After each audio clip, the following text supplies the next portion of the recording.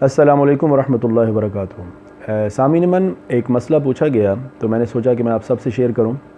مسئلہ یہ تھا کہ اگر قرآن پاک کی تلاوت کی جا رہی ہو یا آپ سن رہے ہیں، کہیں اونچی آواز میں قرآن پاک کی تلاوت ہو رہی ہے اور آپ بھی وہاں پر بیٹھے ہیں اور تلاوت بھی ہو رہی ہے اور آپ کوئی دروشی پڑھتے رہتے ہیں ساتھ بیٹھ کے، چلو تلاوت بھی سن رہا ہوں، درود پاک بھی ساتھ ساتھ پڑھ رہا ہوں، یا کوئی اور ذکر اذکار استغفر اللہ کی تسبیح پڑھ رہا ہوں،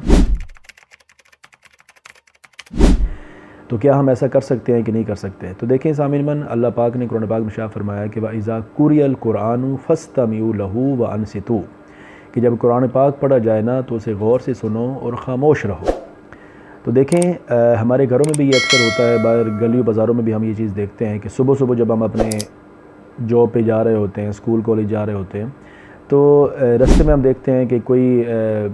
چنگچی والا بھائی آ رہا ہے تو اس نے اونچی آواز میں تلاوت لگائی ہوتی ہے، یا ہوٹلوں پہ یا گزرتے ہیں دکانوں والوں نے صبح صبح ساتھ وہ اپنے صفائیاں کر رہے ہوتے ہیں اور ساتھ انہوں نے قرآن پاک کی تلاوت لگائی ہوتی ہے۔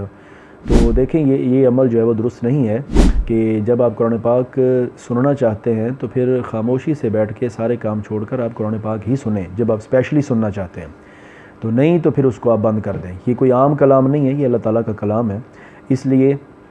جب بھی آپ اس طرح سنیں، اس طرح مطلب کچھ لگانے کی کوشش کریں تو پھر یا تو یہ ہے کہ سارے کام چھوڑ کر قرآن پاک کو سنیں، ٹھیک ہے، اور اگر ایسا آپ نہیں کر سکتے، دوسرے کام بھی آپ نے کرنے، تو پھر آپ قرآن پاک اس کو بند کر دیں اور ویسے کام کرتے ہوئے خود اپنے دل میں اللہ تعالیٰ کا ذکر کرتے رہیں، کام کرتے ہوئے، برتن دھوتے ہوئے، صفائیاں کرتے ہوئے آپ اللہ کا ذکر کر سکتے ہیں، آپ درود پاک پڑھ سکتے ہیں۔ لیکن جب قرآن پاک کا متن پڑھا جا رہا ہو، اس کی تلاوت کی جا رہی ہو، تو اس وقت آپ نے کوئی چیز نہیں سننی اور نہ ہی کوئی اور کام کرنا ہے۔ والسلام ورحمۃ اللہ وبرکاتہ۔